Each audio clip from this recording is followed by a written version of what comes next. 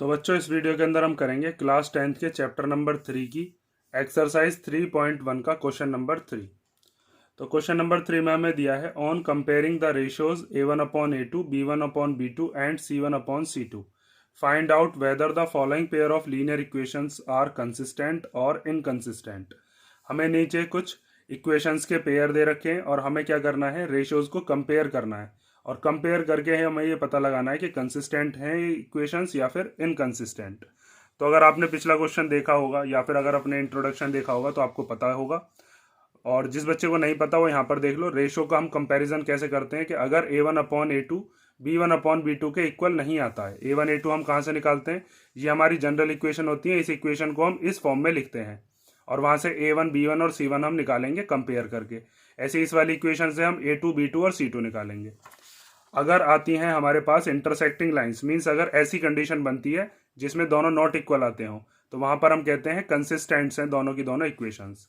अगर तीनों के तीनों इक्वल आते हैं तो कोइंसिडेंट लाइन बनती है। ये यहाँ पर कितने पॉइंट्स पर मिलती है, इनफाइनाइट पॉइंट्स पर, इसीलिए हम कहते हैं इनफाइनाइटली मैनी सॉल्यूशन है। और ये जो सॉल्यूशन होता है ये भी कैसा होता है, कंसिस्टेंट। लेकिन अगर A1/A2 B1/B2 के इक्वल आ जाए और C1/C2 के इक्वल ना आए तो वहां पर पैरेलल लाइंस होती हैं और कोई भी सॉल्यूशन नहीं होता, मींस इनकंसिस्टेंट। कंसिस्टेंट कब होता है, जिसके अंदर सॉल्यूशन आते हो। इंटरसेक्टिंग के अंदर कितना सॉल्यूशन आता है, एक, क्योंकि ये एक पॉइंट पर कट करती हैं। कंसिस्टेंट के ऊपर कितने आते हैं, इनफाइनाइटली मैनी सॉल्यूशंस, क्योंकि ये इनफाइनाइट पॉइंट्स पर एक दूसरे को मीट करती हैं। पैरेलल लाइन कहीं पर भी मीट नहीं करती, इसीलिए इनका कोई सॉल्यूशन नहीं होता, ये इनकंसिस्टेंट है। ये चीज आपको पहचान करनी है। तो पहले तो जितनी भी इक्वेशन है उनको इस फॉर्म में लिखोगे जो जनरल इक्वेशन है, ठीक है। एक तरफ जीरो छोड़ते हैं और A1 B1 और C1 एक तरफ होनी चाहिए। तो सबसे पहले इसके अंदर हमें ये जो 5 दे रखा है, इस 5 को इधर लेकर आओ। तो हम इसको लिखेंगे 3x + 2y और -5 = 0, और इधर से हो जाएगा 2x - 3y - 7 = 0, ठीक है। उसके बाद जो हमारी जनरल इक्वेशन होती है उससे हम कंपेयर करते हैं। तो बाय कंपेयरिंग विद, किससे कंपेयर कर रहे हैं हम, A1x + B1y + C1 = 0, और दूसरी इक्वेशन होती है A2x + B2y + C2 = 0। तो यहां से x के आगे A1 है, यहां पर x के आगे 3 है, तो A1 की वैल्यू कितनी हो जाएगी, 3। B1 की वैल्यू कितनी हो जाएगी, y के आगे B1 तो y के आगे 2 है, तो इसका मतलब B1 2 हो गया। और C1 होता है कांस्टेंट, तो C1 कितना हो गया, -5। माइनस है तो लगाना भूलना मत, इनके आगे प्लस जो माना ही जाता है, तो प्लस हम शो नहीं करते लेकिन माइनस को हमें शो करना पड़ता है। उसके बाद यहाँ पर A2 की वैल्यू कितनी हो जाएगी, x के आगे A2, तो यहाँ पर x के आगे कितना है, 2। B2 कितना हो जाएगा, B2 हो जाएगा -3, और C2 कितना हो जाएगा, C2 हो जाएगा -7। तो पहले आपको क्या निकालना है, पहले हम निकालते हैं A1/A2। तो A1 की जगह पर कितना रख देंगे, 3, A2 की जगह पर कितना रख देंगे, 2।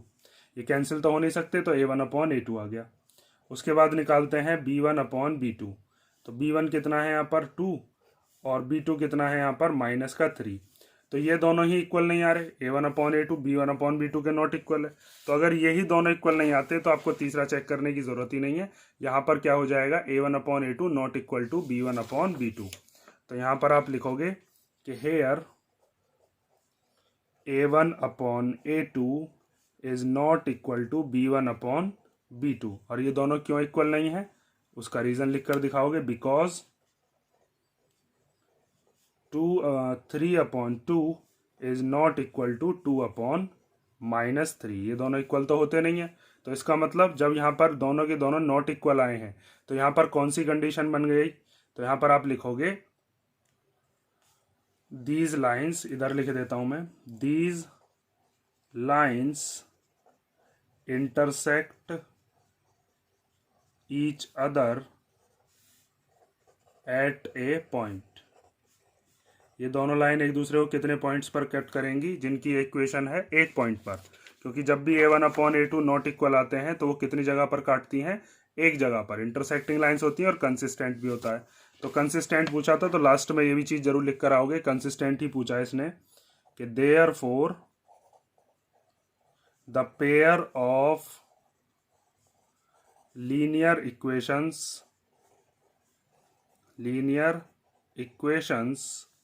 Is consistent. ठीक है, एग्जाम के अंदर ये नहीं है कि डायरेक्ट लिखा है बस यहाँ से A1/A2 और बस लिखकर उसके आगे लिख दिया कंसिस्टेंट। पूरा इस तरीके से रिप्रेजेंट करना है आपको। नेक्स्ट क्वेश्चन देखो। तो सेकंड क्वेश्चन के अंदर भी पहले ये जो हमें 8 और 9 दे रखे हैं इनको हम इधर की तरफ लेकर आते हैं LHS की तरफ। तो ये हो जाएगा 2x - 3y - 8 = 0। और दूसरी क्या हो जाएगी 4x - 6y, और ये 9 इधर आकर कैसा हो जाएगा माइनस का और इक्वल टू में 0। अब इसको हम कंपेयर करेंगे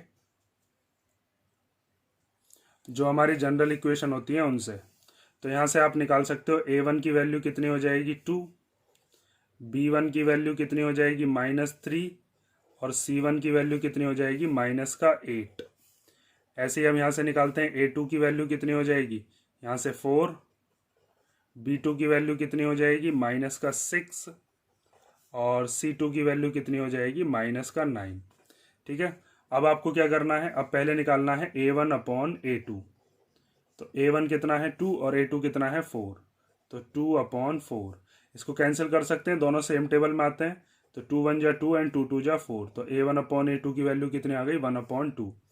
ऐसे ही अब निकालोगे B1/B2। तो B1 कितना है -3 और B2 कितना है -6। माइनस से माइनस कैंसिल हो गया, 3 1 जा 3 और 3 2 जा 6। तो ये कितना आ गया 1/2। उसके बाद हमें निकालना है C1/C2। तो C1 कितना है -8 और C2 कितना है -9। तो माइनस से माइनस कैंसिल हो गया, ये कितना आ गया 8/9 आ गया। ठीक है, तो यहाँ पर आपको दिख रहा होगा A1/A2 और B1/B2 तो इक्वल है क्योंकि 1/2 1/2 इक्वल है, लेकिन C1/C2 8/9 आ रहा है तो वो इक्वल नहीं है। तो यहाँ पर आप क्या लिखोगे, here A1/A2 equal to B1/B2 but not equal to C1/C2। और इसका रीजन क्या है, बिकॉज 1/2 तो इक्वल हैं लेकिन 8/9 इक्वल नहीं है। देखो इस क्वेश्चन के अंदर कई बच्चे क्या करते हैं कि इस C1 को इधर के इधर ही यहीं पर ही मान लेते हैं कि C1 8 है और C2 9 है, क्योंकि 8/9 करोगे तब भी यही आना है। लेकिन रिप्रेजेंट जब आप करोगे ना तो थोड़ा तरीके से करना है, क्योंकि हमारे पास जो जनरल इक्वेशन होती है ना उसकी फॉर्म में अगर आप लिखोगे तो उसमें टीचर जो है वो बिल्कुल भी गलत नहीं कर सकता। लेकिन कई बच्चे क्या करते हैं ऐसे ही रख देते हैं, आंसर तब भी वही आएगा, उससे कोई दिक्कत नहीं है। आगे देखो चलो, तो यहाँ पर क्या लिखोगे, जब ये कंडीशन बनती है जिसके अंदर शुरुआत के 2 इक्वल आ जाते हैं और लास्ट वाला नॉट इक्वल आता है, तो वहाँ पर क्या होता है इनकंसिस्टेंट और पैरेलल लाइंस होती हैं। तो आप इसके अंदर क्या लिखोगे कि these lines are parallel to each other. दोनों लाइन आपस में कैसी हैं, पैरेलल हैं। तो therefore the pair of linear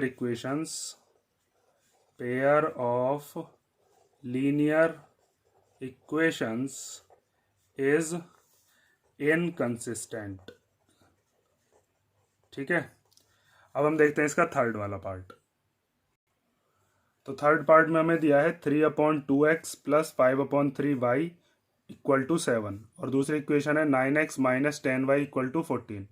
तो देखो जब भी फ्रैक्शन वाली इक्वेशन आती है तो उसको करने के 2 मेथड हैं। या तो आप ऐसे ही फ्रैक्शन वाली जो वैल्यूज़ हैं उनको ही रख लो, या फिर हम क्या करते हैं पहले इस इक्वेशन को करते हैं सिंपल। अगर इक्वेशन को सिंपल कर लेते हैं तो हम वहाँ से A1/A2 की वैल्यू बिना फ्रैक्शन वाली रख सकते हैं। तो मैं आपको दोनों मेथड बताऊंगा इसके अंदर, एग्जाम में आपको जो भी याद आ जाए या जो भी आपको पसंद आ रहा हो, जो भी आपको ज़्यादा अच्छे तरीके से समझ में आया हो, आप उसको कर सकते हो। तो सबसे पहले हम क्या करते हैं, इस वाली इक्वेशन के अंदर इसका लेते हैं एलसीएम। तो 2 और 3 का एलसीएम लेकर कितना हो जाएगा 6। फिर डिनोमिनेटर से डिनोमिनेटर चेक किया जाता है, 2 के टेबल में 6 कितनी बार आता है 3 बार। उस 3 की ऊपर वाले 3 में मल्टीप्लाई कर दो, न्यूमरेटर में मल्टीप्लाई करते हैं तो 3 3 जा कितना हो जाएगा 9x, और प्लस फिर 3 के टेबल में 6 कितनी बार आएगा, 3 के टेबल में 6 कितनी बार आता है 2 बार, और उस 2 की मल्टीप्लाई ऊपर वाले में 2 5 जा 10 y = में 7। अब इस 6 को भेज दो इधर, ये डिवाइड में इधर जाकर मल्टीप्लाई में, तो ये हो जाएगा 9x + 10y = 7 × 6। तो ये हो गया आपके पास 9x + 10y, और इन दोनों की मल्टीप्लाई करके 42 आएगा। उस 42 को भी हम इधर की तरफ ले आए। ठीक है, ये हमने सिंपल इक्वेशन बना ली। और दूसरी इक्वेशन हमें दे रखी है। दूसरी इक्वेशन क्या है, 9x minus 10y equal to 14। अब इनको आप जनरल इक्वेशन से कंपेयर कर लो। तो जब आप कंपेयर करोगे तो यहाँ से आप a1 की वैल्यू कितनी लिख दोगे, a1 हो जाएगा 9, भाई x के आगे वाला जो होता है वही तो a1 है। b1 भी कितना हो जाएगा, b1 हो जाएगा 10, और c1 कितना हो जाएगा, c1 हो गया माइनस का 42। ऐसे ही अब a2 निकाल लो, a2 कितना हो जाएगा यहाँ से 9, b2 कितना हो जाएगा, b2 हो जाएगा माइनस का 10, और c2 कितना हो जाएगा, c2 हो जाएगा, जब इसको इधर की तरफ लेकर आओगे, ये तो इधर लेकर ही नहीं आए ना हम अभी, तो ये हो जाएगा इधर आकर माइनस का 14, तो इक्वल टू में 0। तो यहाँ पर c2 की वैल्यू आ गई माइनस का 14। अब आपको क्या करना है, पहले निकाल लेना है a1 अपॉन a2। तो a1 कितना है 9, और a2 कितना है, वो भी 9 है। तो यहाँ पर 9 से 9 कैंसिल हो गया 1 बार, तो इसका मतलब a1 अपॉन a2 कितना आ गया, 1 अपॉन 1। और अब b1 अपॉन b2 निकाल लो।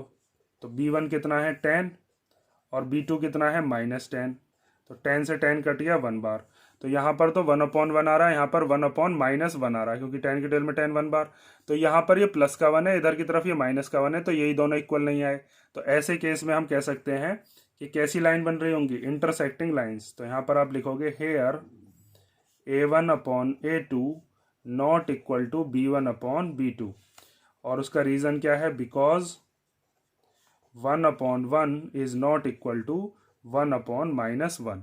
ठीक है, तो इसका मतलब यहाँ पर कैसी लाइन होंगी, यहाँ पर आपकी लाइन बनेंगी इंटरसेक्टिंग लाइंस।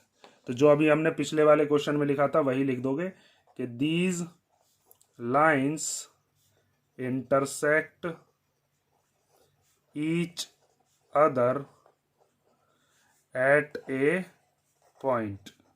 ये दोनों लाइन एक दूसरे को एक पॉइंट पर काटेंगी, देयरफॉर ये जो पेयर ऑफ इक्वेशन है ये कैसा है, कंसिस्टेंट। तो therefore the pair of linear equations is inconsistent. ठीक है, ये तो हो गया कि जब आपने इक्वेशन को क्या कर लिया, सिंपल बना लिया। लेकिन अगर किसी बच्चे को ये है कि जी हम ऐसे के ऐसे ही रखना चाहते हैं, ऐसे ही मतलब जैसे ये दे रखा है फ्रैक्शन में ऐसे ही रखना चाहते हैं, तब क्या ऐसा नहीं आएगा, तब भी ऐसे ही आएगा। मैं ऐसे भी करके आपको दिखाता हूँ, देखो। तो यहाँ से पहले इस 7 को इधर ले आते हैं, तो ये हो जाएगा 3/2x plus 5/3y minus 7 equal to 0। और ये 14 इधर आकर हो जाएगा 9x minus 10y minus 14 equal to 0। तो अब आप कंपेयर कर लोगे जो जनरल इक्वेशन है इनसे, और इनसे कंपेयर करने के बाद जो हमारे a1 a2 b1 b2 c1 c2 आते हैं उनकी वैल्यू लिख लो।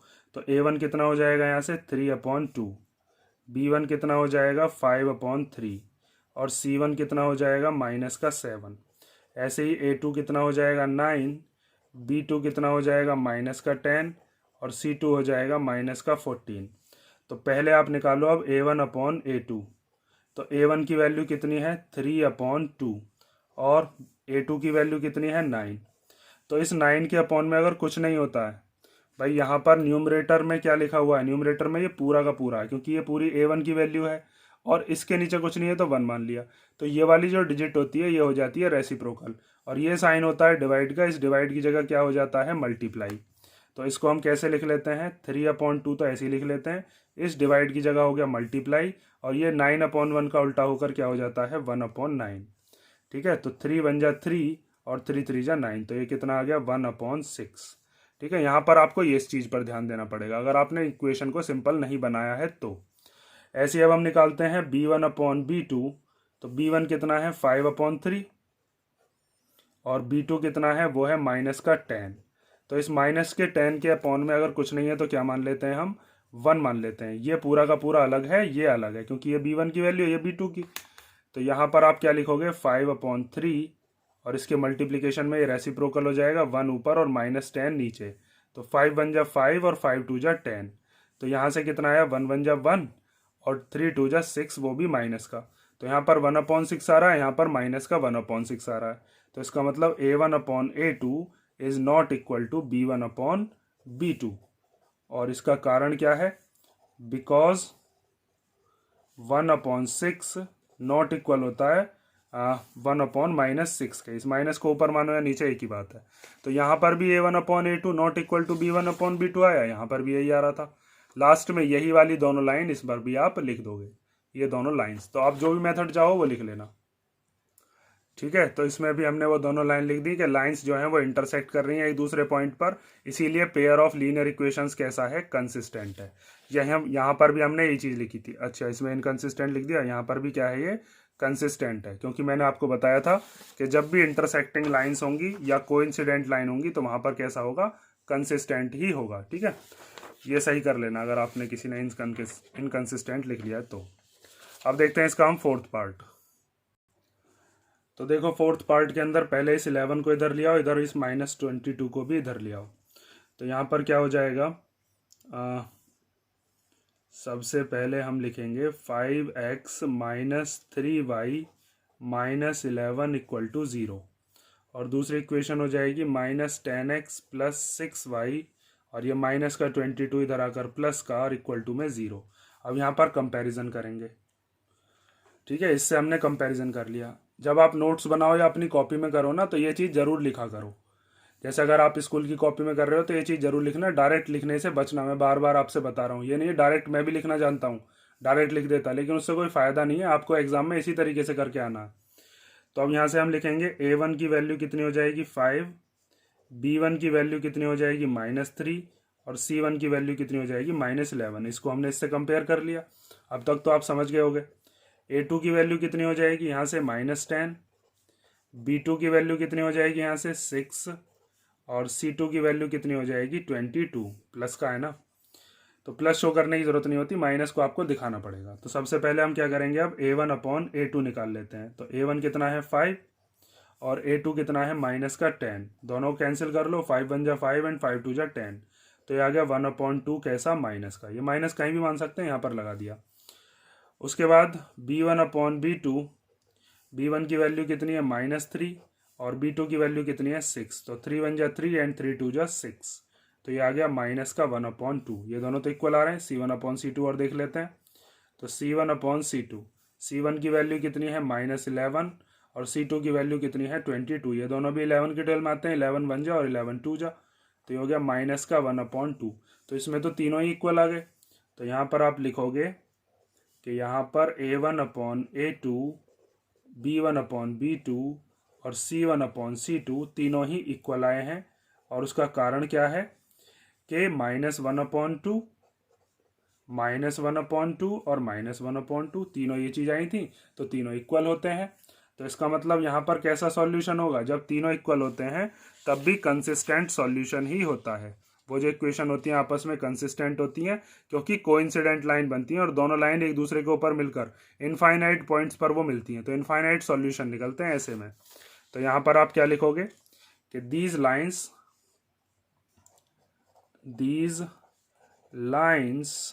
Are coincident lines. ये लाइन्स कैसी लाइन्स हैं, कोइंसिडेंट लाइन्स। तो therefore the pair of linear equations is consistent, ठीक है। और कंसिस्टेंट में भी अगर ये पूछा जाता है कि कौन सा वाला है, तो कंसिस्टेंट होता है ये वाला डिपेंडेंट वाला। ये चीज़ याद रखना, कई बार एक नंबर में पूछ लेता है, या आपसे टीचर पूछेगा डिपेंडेंट वाला कौन सा होता है, जिसमें तीनों इक्वल आते हो, ठीक है। लास्ट पार्ट देखते हैं इसका अब हम। तो लास्ट पार्ट हमें दिया है 4/3x + 2y = 8, और इधर है 2x + 3y = 12। तो इसको मैंने आपको अभी थर्ड क्वेश्चन कराया था, उस थर्ड क्वेश्चन में जैसे किया था, आप चाहो तो पहले एलसीएम लेकर, जैसे यहाँ पर हमने क्या किया था, एलसीएम लेकर और इसको सिंपल इक्वेशन बना लिया था। आप चाहो तो ऐसे कर लो, वरना तो मैंने आपको दूसरा मेथड ही बताया था जिसके अंदर a1 की वैल्यू हमने ऐसे ही रख ली थी, ठीक है। कोई सही मेथड से कर लो, मैं इस वाले मेथड से ही बता रहा हूँ जिसके अंदर आपको इसको इक्वेशन को ऐसे के ऐसे ही कंपेरिजन करके रख देना होता है। तो देखो सबसे पहले हम क्या करते हैं, इस 8 को और इस 12 को इधर लेकर आते हैं।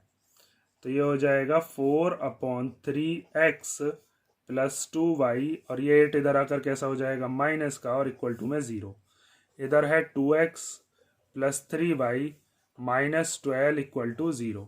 अब इसको कंपैरिजन कर लो, ये जनरल इक्वेशन से हम कंपेयर कर लेते हैं। तो a1 की वैल्यू कितनी हो जाएगी, a1 हो जाएगा यहाँ पर 4/3, b1 कितना हो जाएगा, b1 हो जाएगा 2, और c1 कितना हो जाएगा यहाँ से माइनस का 8। उसके बाद a2 की वैल्यू कितनी हो जाएगी यहाँ से 2, b2 की वैल्यू कितनी हो जाएगी यहाँ से 3, और c2 की वैल्यू कितनी हो जाएगी माइनस का 12। तो सबसे पहले आपको क्या करना है, यहाँ पर a1/a2 निकालना है। तो a1 की वैल्यू कितनी है 4/3 और a2 की वैल्यू कितनी है 2। तो इस 2 के अपॉन में कुछ नहीं है तो हम क्या मान लेते हैं, 1 मान लेते हैं, और इसको करते हैं रेसिप्रोकल। a2 को रेसिप्रोकल कर देते हैं, a1 यहाँ पर है ही, और ये जो साइन होता है ये डिवाइड का, इस डिवाइड की जगह पर क्या हो जाता है मल्टीप्लाई। तो ये हो जाएगा 4/3 मल्टीप्लाई 2/1 का क्या हो जाएगा 1/2। तो 2 से 4 कैंसिल हो जाएगा 2 बार, ये आ गया 2/3। a1/a2 की वैल्यू आ गई। अब निकाल लो b1/b2। तो b1 कितना दे रखा है 2 और b2 कितना दे रखा है 3। तो ये तो सिंपल फॉर्म पहले से ही है, तो इसमें तो कुछ कैंसिल होगा ही नहीं। अब निकाल लो c1/c2। तो c1 कितना है माइनस का 8 और c2 कितना है माइनस का 12। इसको कैंसिल कर लो, माइनस से माइनस कैंसिल हो जाएगा, 4 के टेबल में दोनों आते हैं, 2 के में भी आते हैं, 4 से कैंसिल कर रहा हूँ मैं, 4 2 जा 8 और 4 3 जा 12। तो यहाँ पर भी 2/3, यहाँ पर भी 2/3 और यहाँ पर भी 2/3। तो इसमें भी कौन सी कंडीशन बन जाएगी, जैसे अभी पीछे बनाई थी हमने पिछले क्वेश्चन में। यहाँ पर भी a1/a2 equal to b1/b2 equal to c1/c2 आया। और क्यों आया, क्योंकि 2/3 था a1/a2, b1/b2 भी कितना था 2/3, और c1/c2 भी कितना था 2/3। तो यहाँ पर भी कैसी लाइन बनेंगी, यहाँ पर भी आप लिखोगे दीज लाइन्स आर कोइंसिडेंट। ठीक है, ये कैसी लाइन है, कोइंसिडेंट है। और उसके बाद हम ये लिख सकते हैं कि जब कोइंसिडेंट लाइन है तो इसका मतलब इनका जो इक्वेशन है वो कैसी है, वो है कंसिस्टेंट। तो therefore the pair of linear equations is consistent. ठीक है, ये हो गया आपका क्वेश्चन नंबर 3। और अब नेक्स्ट वीडियो के अंदर हम करेंगे इसका क्वेश्चन नंबर 4। ठीक है, और अगर इस क्वेश्चन में कोई डाउट हो क्वेश्चन नंबर 3 में तो आप कमेंट करके पूछ लेना।